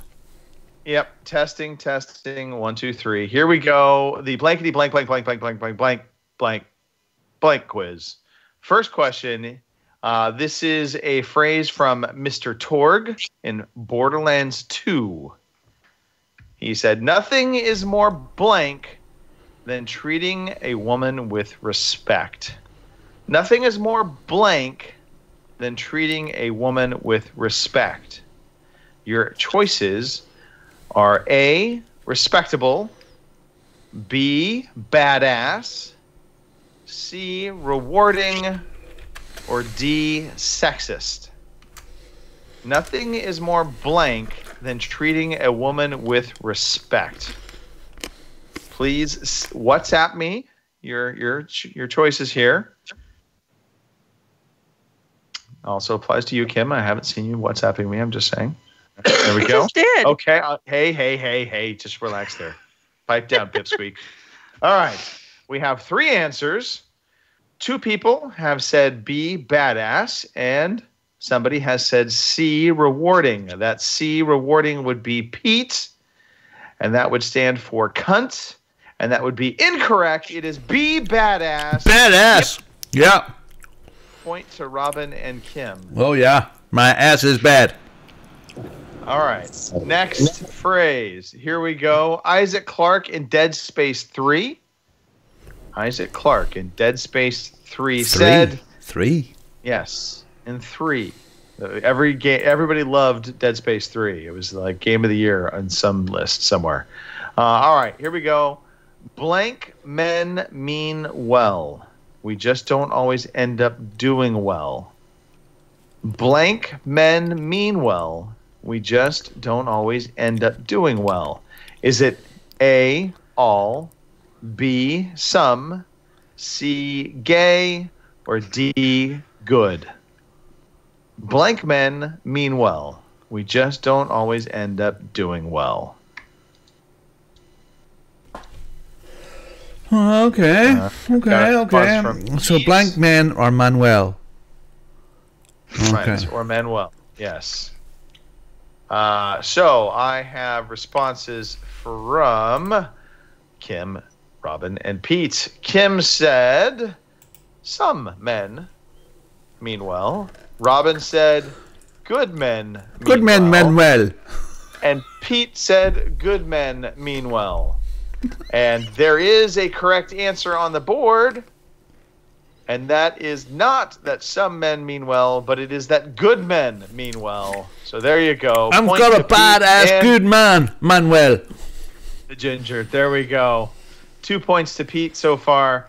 2 points to Robin, which means you're tied with me, Robin. Oh, and yeah. 1 point to Kim so far. Here we go. Final question for the blankety blank blank blank blank blank blank blank blank blank quiz. This is from Mara Sov from Destiny. Often we get... Sorry. Let me just rewind. Often when we guess at others, blank, we reveal only our own. Often when we guess at others, blank, we reveal only our own. Is it A, motives, B, mistakes, C, agendas, or D, genitalia? Often when we guess at others, blank, we reveal only our own. Answers again, please. A, motives, B, mistakes, C, agendas, D, genitalia.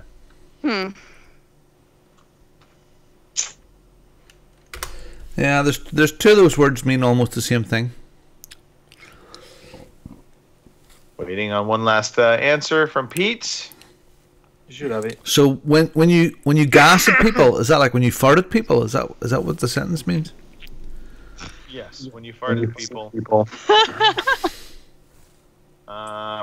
There we go. Pete finally came through. So we have 2 people said motives and 1 person said mistakes. And the mistake would be to say mistakes. It is in fact A, motives. Correctamundo, Robin and Kim, motives.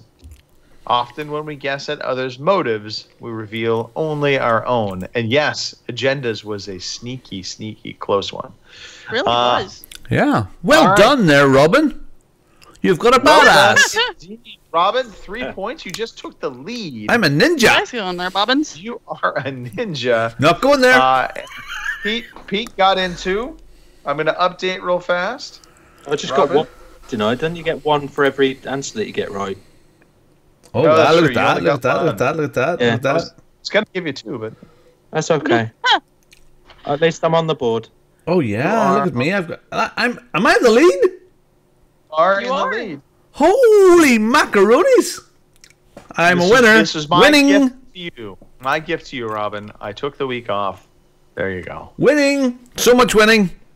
If you like winning, you just stay with me. Winning. So much winning. All right, real quick, let's cover some news. We've got some news to talk about. Okay, news. Let's do news. News.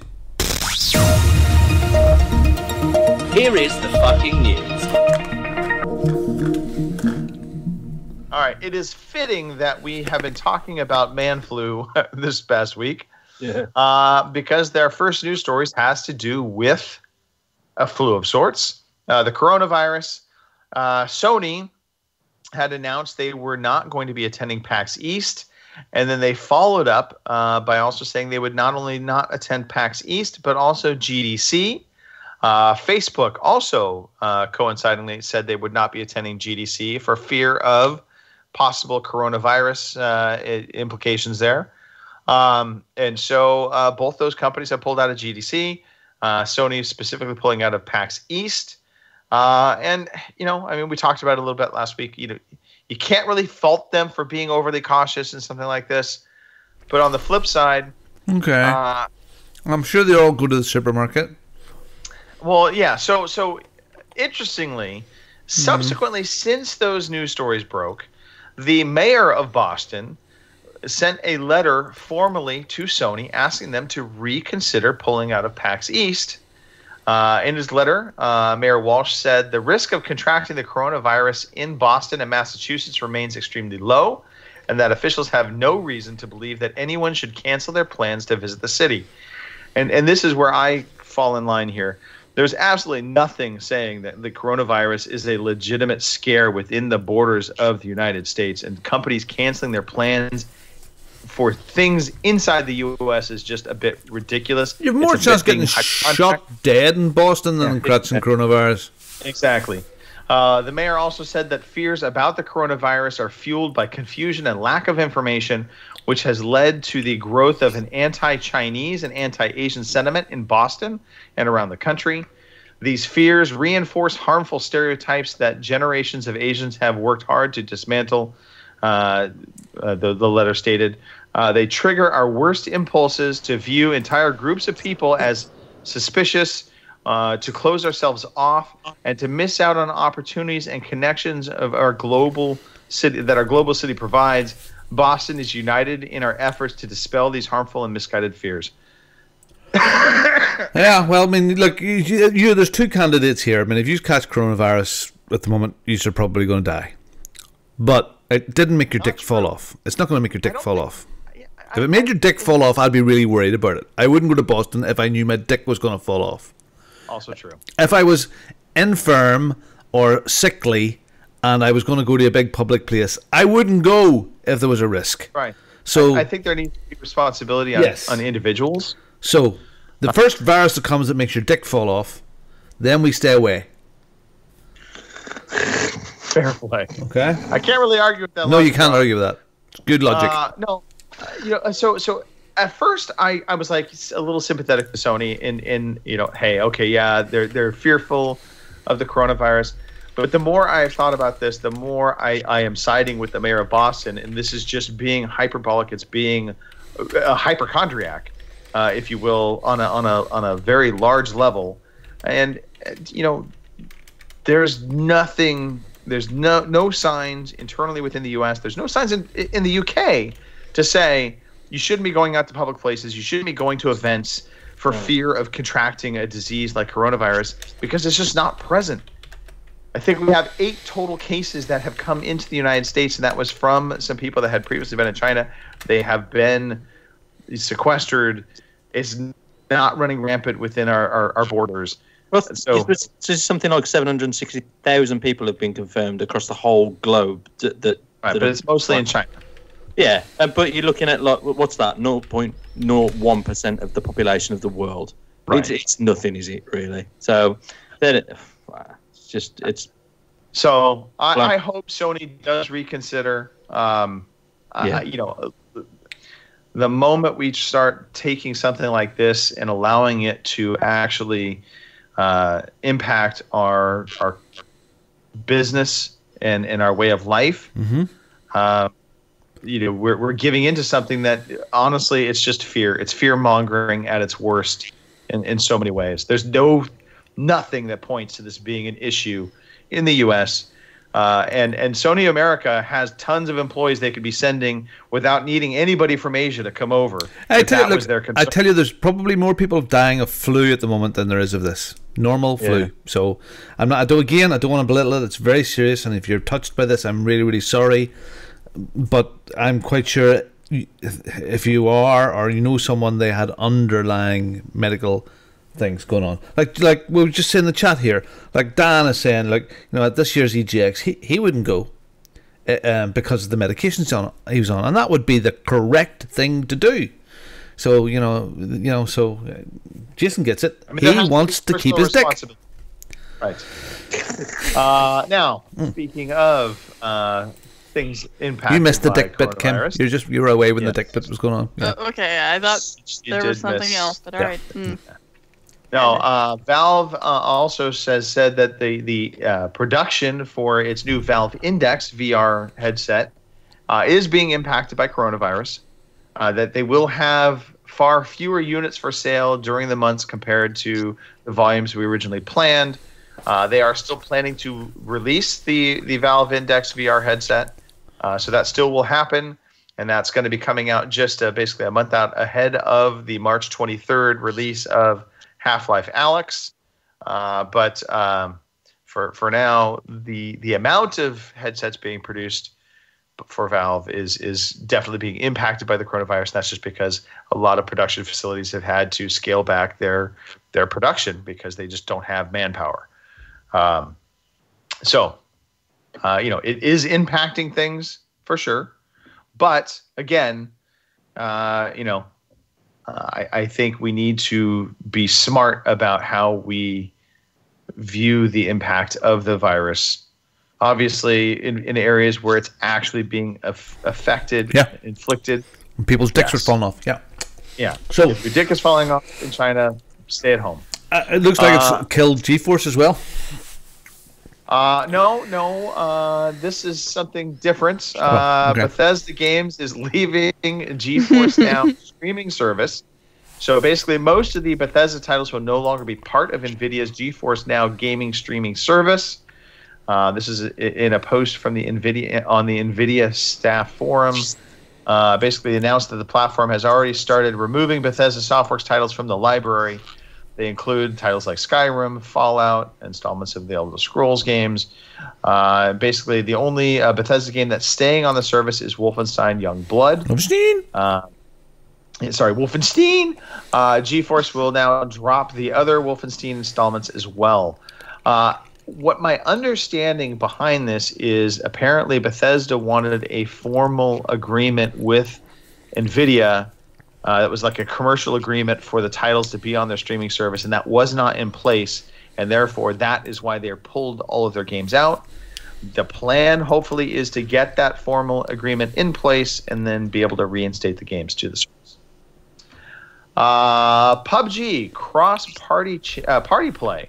So previously, we saw PUBG open things up, and they had cross-play where you could Xbox games players could play against PC, they could play against PS4 players, and so you had this bigger pool of players to play against.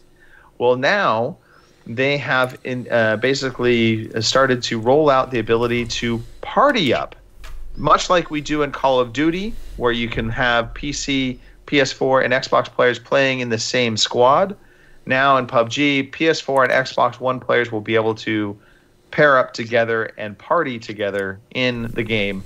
It will not work with PC players as of yet, and that's because they're dirty cheaters. Just kidding. Do you think this work? Do you think this will work on username? How are we going to connect it? Like with Call of Duty, you connect through your Activision account and your I think it's going to be very much the same way. I think there is a PUBG platform that you can log into and sign up to, and therefore that can be kind of how you can be found through your PUBG name. I'm really looking forward to this. I've got friends who are absolute cocks who won't swap from PS4 to Xbox One, and they play PUBG and they have the most amazing time, and I want to jump on there with them. So this is gonna do this for me. So yeah. What I'm curious to know, and I don't know this because I haven't seen it. It's on test servers right now, is if it allows chat or not. I'm hopeful. It's like Modern Warfare that you have to be in game, but you can use the in-game chat to talk to your teammates. That would be perfect idea. Well, you're so I would have thought so. Yeah.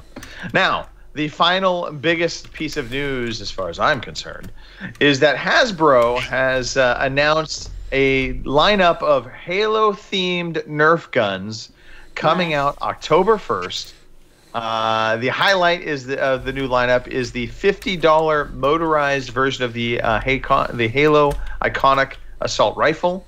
The MA40 comes with a 10-dart clip mechanism that automatically feeds the projectiles into the blaster chamber. So basically, it's semi-automatic. You pull the trigger, you shoot a dart. You pull the trigger, you shoot a dart. So they also have the Halo pistol, and they have the Needler. That was actually the newest gun to be announced. And so my plan is to get a bunch of these, and then really, wow. Oh, I would love these, and I will go around shooting people. Mm-hmm. That's the plan.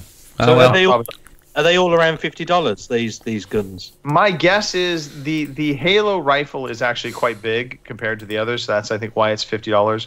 My guess is the others are going to be in that 30 to 40 range, somewhere in there. I love the first in the show notes. I'm sorry for the audio listeners, but the first one really reminds me of Halo, and that gun that is purple, isn't it? It's right. Not really clear in that picture. The Needler. Yeah. That's the Needler. Yeah.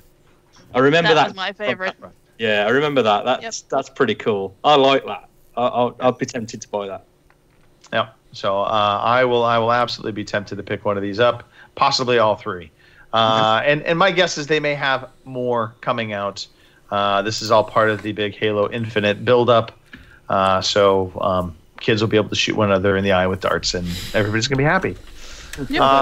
Anyway, so that's it for news. And I think now we can turn to the new release calendar, Kim. Ready?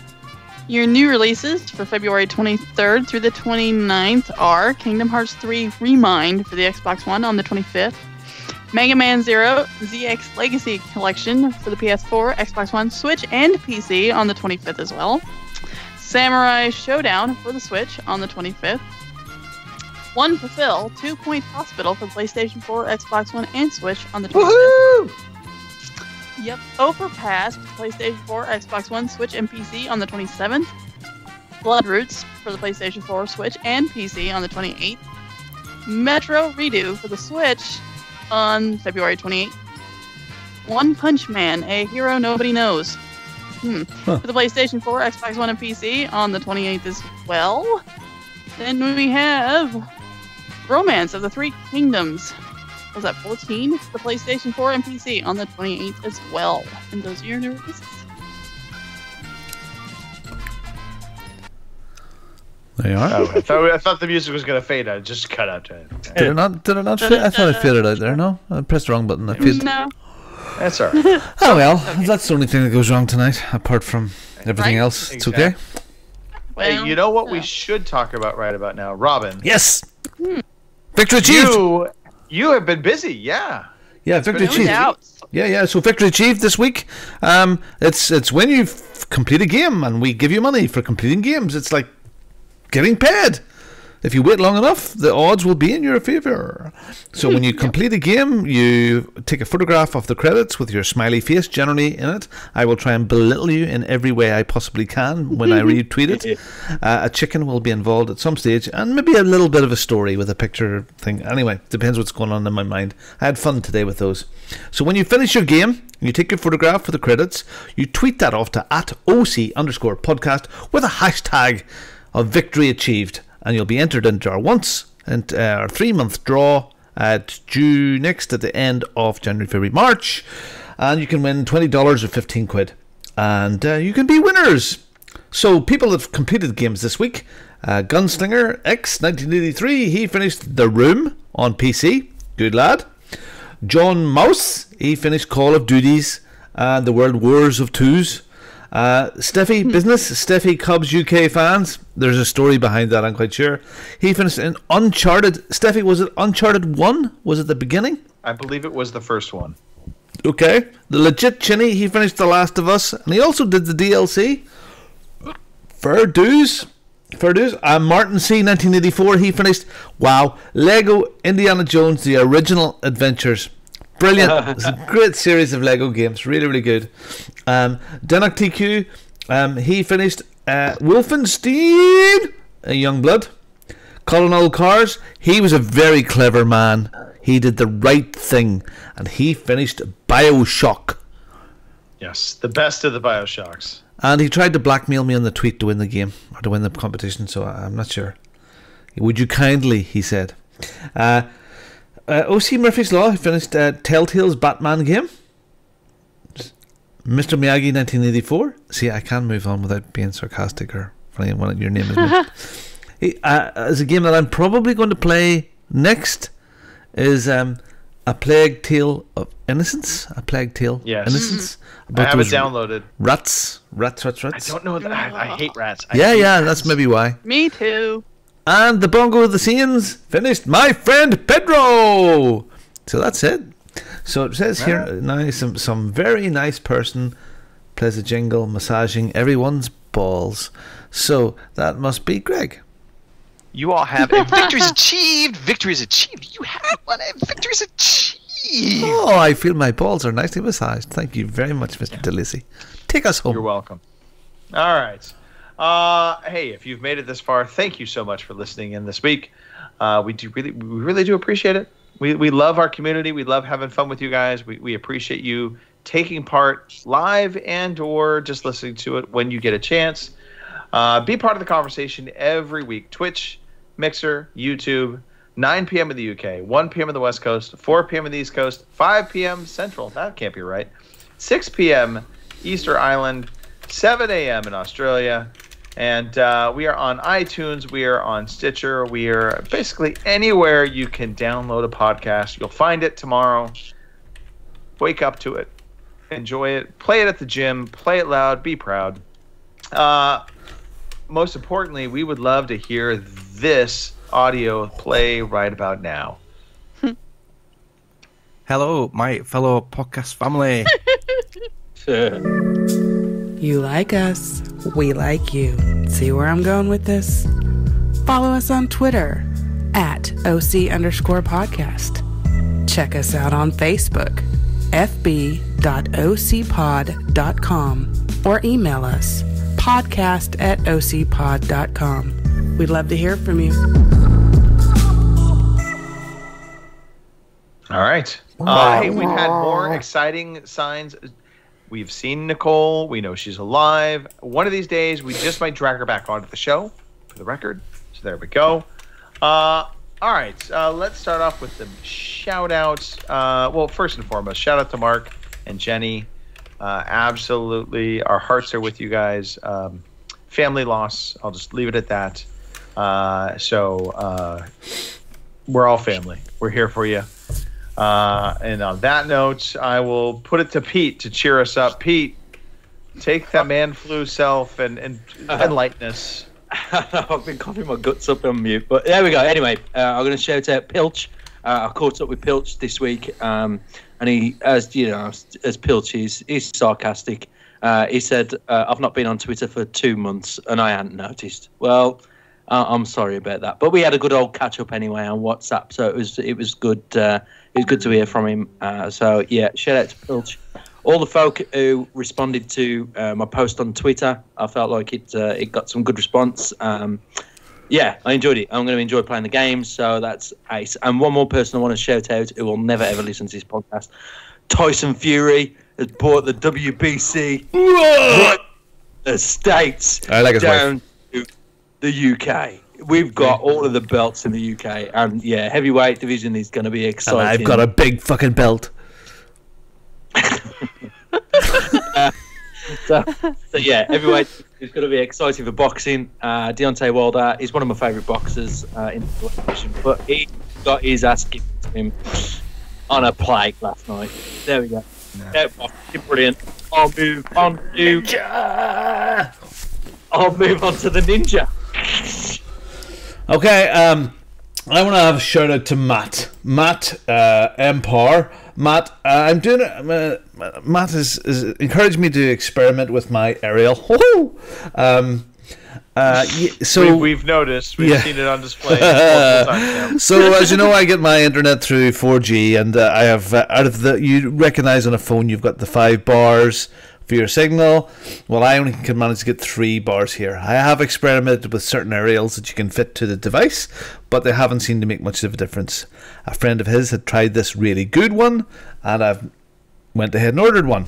So we'll see, and maybe I can. And then the difference that would mean for me could be add 30 or 40% more onto my bandwidth speed.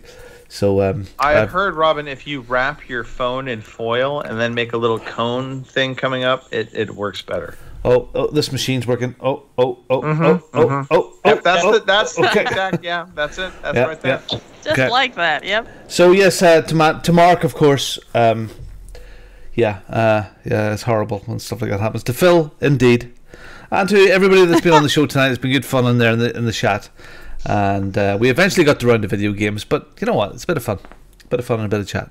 These are our friends in the chat, and the people that listen to us. Kim. Speaking of the chat, I will shout out our shatters one more time. Of course, we have had Mark Hanix, Harley Dan, Scott Stubby, Teflon 12, Aiton, Commander Root, Vizik, Yankee Fan 1888, and Avatar Lord 2011. So there is that. I want to shout out the rest of you. Like I said, it's always fun coming on here and doing our thing. And here's to everybody having a good week. I mean, February's about over, so bring on March. That's it for me. I'm going to do a quick public service announcement. So right here, if you notice, I've got I've seen that. I was going to ask. Yeah. So I didn't have makeup on. That's what it was. No. You'd think. No, It's going to be funny. I got these breathe strips. Right, I was testing them out because I was sick. It wanted to help me breathe a little bit better. The frickin' adhesive was so strong, it literally tore the skin off my frickin' nose. Ouch! So, yeah, don't use breathe strips. That's my lesson. Weren't you the one telling me to get those here a while back? I know. Well, apparently the brand that I got, these things were like super adhesive. I tried them before. They worked fine. The super glue.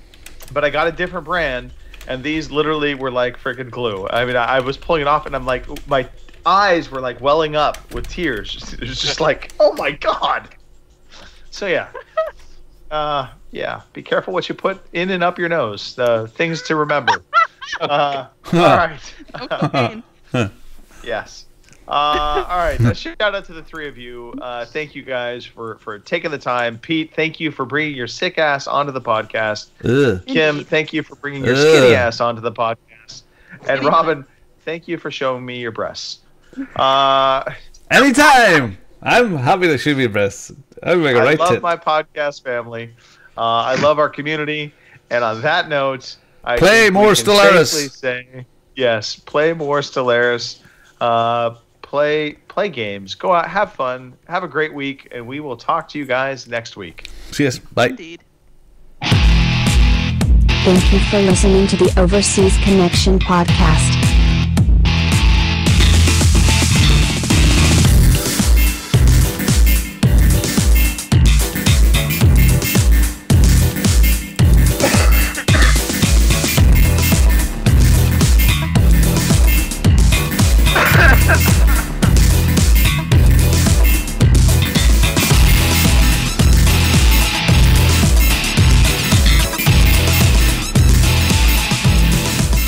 See you same time next week.